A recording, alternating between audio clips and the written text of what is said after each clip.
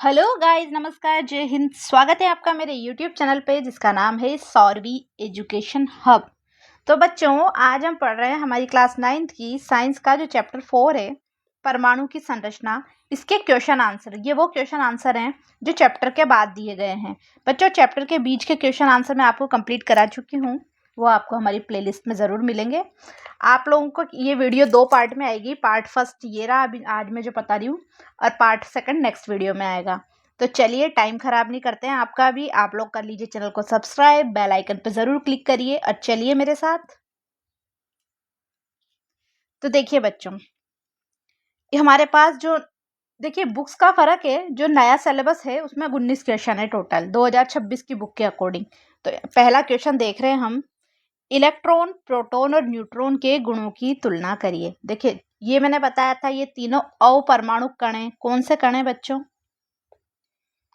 अपरमाणुक कण है। देखो, इनके बारे में सब बताया था, कौन सा पॉजिटिव है। अगर आपने चैप्टर ध्यान से पढ़ा है तो ये आपके लिए बहुत इजी सा क्वेश्चन है। तो सबसे पहले गुण में हमने लिखा है इसका आवेश। इसका है ऋणावेश। किसका? इलेक्ट्रॉन का।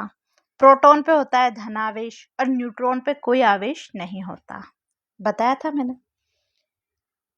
इलेक्ट्रॉन का जो द्रव्यमान होता है वो क्या होता है? नगण्य मात्रा होता है, मतलब बहुत कम होता है, जो मानोगे नहीं तो भी चलेगा। प्रोटॉन, इसका 1 यू यानी एटॉमिक मास यूनिट का 1 भाग, 1 इकाई। अब अगर हम प्रोटॉन की तुलना में इलेक्ट्रॉन का द्रव्यमान देखें तो ये प्रोटॉन का 1/2000वां भाग होगा। क्या होगा बच्चों? प्रोटॉन का 1/2000वां भाग। जितना प्रोटॉन का आवेश है उतना, द्रव्यमान है, उतना ही क्या है? न्यूट्रॉन का भी द्रव्यमान है। कितना? 1 यूनिट। मतलब प्रोटॉन और न्यूट्रॉन पे जो द्रव्यमान है वो बराबर होता है। अब इलेक्ट्रॉन कहाँ होते हैं? कक्षाओं के चारों ओर चक्कर मारते हैं। हमने यही पढ़ा था ना, नाभिक के चारों ओर कक्षाओं में घूमते रहते हैं इलेक्ट्रॉन। तो इनकी स्थिति तो यह है। प्रोटॉन कहाँ होता है? परमाणु के नाभिक में अंदर होता है। न्यूट्रॉन भी कहाँ होता है? परमाणु के नाभिक में। ओके, तो इजी सा क्वेश्चन था। अब हम आते हैं हमारे इस क्वेश्चन नंबर 2, जो है क्या है? जो जे थॉमसन के परमाणु मॉडल की क्या सीमाएं रही है। देखो, हमने देखा था आज पहले जे थॉमसन आया, उसके बाद रदरफोर्ड आया, रदरफोर्ड के बाद नील्स बोर आया, पढ़ा था हमने। तो रदरफोर्ड ने क्या करा था? वो एक बताया था ना उसने, थॉमसन ने क्या क्या बताया था? ये था, थॉमसन के मॉडल की मुख्य सीमा यह थी कि यह दूसरे वैज्ञानिकों द्वारा किए गए प्रयोगों के परिणामों को स्पष्ट नहीं कर पाया था, क्योंकि रदरफोर्ड ने अल्फा कण प्रकीर्णन प्रयोग किया था।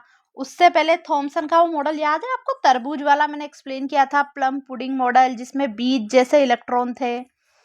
तो वो ये एक्सप्लेन नहीं कर पाया कि भाई वो जो अल्फा कण प्रयोग में जो किरण वापिस आई वो कैसे आई। तो क्या था, वो दूसरे वैज्ञानिकों द्वारा किए गए प्रयोगों के परिणामों को स्पष्ट नहीं कर सका। इसमें यह भी नहीं समझाया जा सका कि धनावेश और ऋणावेश एक दूसरे को उदासीन किए बिना स्थिर कैसे है। भाई उदासीन हो जाने चाहिए, और उदासीन नहीं है तो स्थिर कैसे है? तो घूमते रहेंगे। ठीक है, आया याद आपको प्लम पुडिंग मॉडल, तरबूज वाला मॉडल? ये आप हमारे चैप्टर में जरूर देखिएगा। क्वेश्चन नंबर 3 है, रदरफोर्ड के परमाणु मॉडल की क्या सीमाएं हैं? ठीक है, तो देखो बच्चों, रदरफोर्ड के मॉडल के अनुसार इलेक्ट्रॉन नाभिक के चारों ओर ये ऐसे वर्तुलाकार मार्ग में चक्कर लगाते हैं। अब गति के दौरान आवेशित कणों की ऊर्जा का क्या होना चाहिए बच्चों? विकिरण होना चाहिए। विकिरण होना मतलब क्या होगा? ये इलेक्ट्रॉन की ऊर्जा धीरे धीरे इसे चलते चलते थकेगा नहीं, ऊर्जा कम हो जाएगी, और कम होने के बाद वो क्या होगा? लास्ट में नाभिक में टकरा जाएगा। पर ऐसा नहीं होता। अब यदि ऐसा होता तो परमाणु अस्थिर होता, क्योंकि ये इसमें घुस जाता नाभिक में, फिर क्या बचता? जबकि परमाणु तो क्या है? स्थायी। तो रदरफोर्ड ये स्थायित्व को समझाने में क्या रहा बच्चों? असफल। क्या रहे बच्चों? रदरफोर्ड जी इसके स्थायित्व को समझाने में असफल रहे हैं। अब हम आ रहे हैं, ये बोर वो है नील्स बोर के परमाणु मॉडल की व्याख्या करिए। तो इन्होंने सारे ऊर्जा स्तर वगैरह बताए थे हमें। तो देखिए बच्चों, जो नील्स बोर के मॉडल के अनुसार पहला पॉइंट तो ये, इलेक्ट्रॉन केवल कुछ निश्चित कक्षाओं में ही चक्कर लगा सकते हैं। जिन्हें क्या कहते हैं, विविक्त कक्षा, या इनको ऊर्जा स्तर भी कहते हैं। क्या कहते हैं बच्चों, विविक्त कक्षा या ऊर्जा स्तर कहते हैं। और इन कक्षाओं में चक्कर लगाते समय उनकी ऊर्जा का विकिरण नहीं होता है। विकिरण नहीं होगा तो क्या है, वो बाद में कम हो, इलेक्ट्रॉन की ऊर्जा कम होकर काय में नहीं जाएगी, नाभिक में। तो इस कारण क्या है बच्चों, इन कक्षाओं को के एल एम एन या n इज इक्वल टू 1 2 3 4 से दर्शाया गया है। ठीक,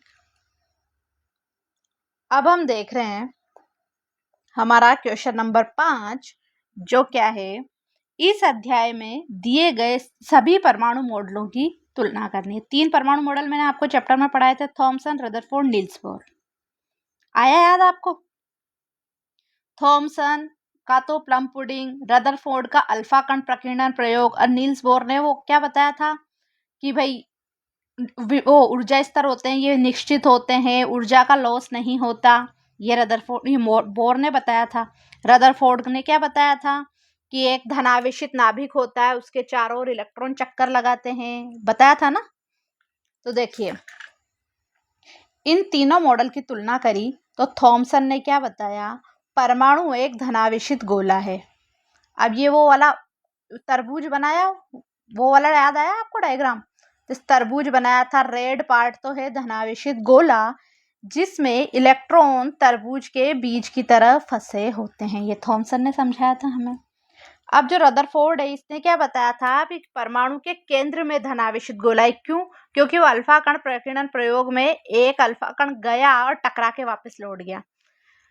तो क्या था, धनावेशित नाभिक होता है और इलेक्ट्रॉन इसके चारों ओर चक्कर लगाते हैं। किसने बताया? रदरफोर्ड ने। अब जो बोर आए, नील्स बोर जी, उन्होंने क्या बताया कि इलेक्ट्रॉन नाभिक के चारों ओर केवल निश्चित ऊर्जा स्तरों में ही घूमते हैं और ऊर्जा की हानि नहीं करते। ठीक, अब हमारे क्वेश्चन नंबर 6 की ओर।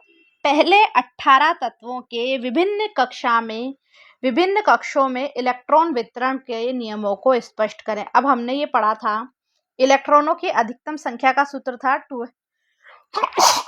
सॉरी। तो बच्चों, हमने ये पढ़ा था, इलेक्ट्रॉनों की अधिकतम संख्या का सूत्र क्या है, 2n²। चैप्टर में भी पढ़ा था। अब n यानी वो KLMN, ठीक है।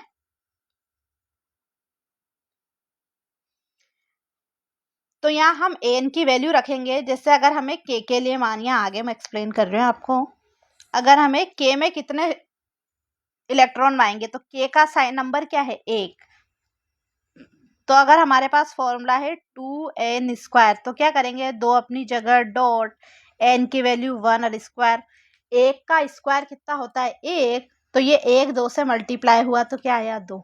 इसका मतलब देखिए बच्चों, k कक्ष में कितने इलेक्ट्रॉन आएंगे, 2। ऐसे ही होगा। अब हम देखेंगे k के बाद l आता है। l में क्या करेंगे, 2 डॉट, इंटू भी लगा सकते हैं, 2, l का मान स्क्वायर। 2 का स्क्वायर कितना होता है, 4। 4 को 2 से गुणा करा तो क्या आया बच्चों, 8। इसका मतलब हमारे l वाले कक्ष में कितनी संख्या आएंगी इलेक्ट्रॉनों की, 8। अभी पढ़ा हमने चैप्टर में, मैंने ऐसे ही आपको एक्सप्लेन किया है।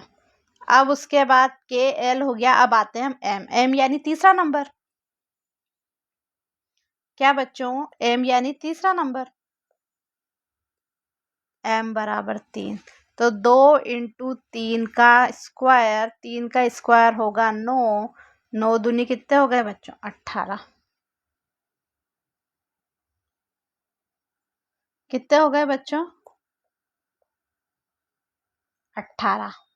ठीक, ऐसे ही KLM N का निकालेंगे तो 4 का स्क्वायर कर लेंगे, फिर 4 का स्क्वायर कितना होता है, 16। 16 को 2 से मल्टीप्लाई करेंगे तो कितने आएंगे बच्चों, 32। ओके।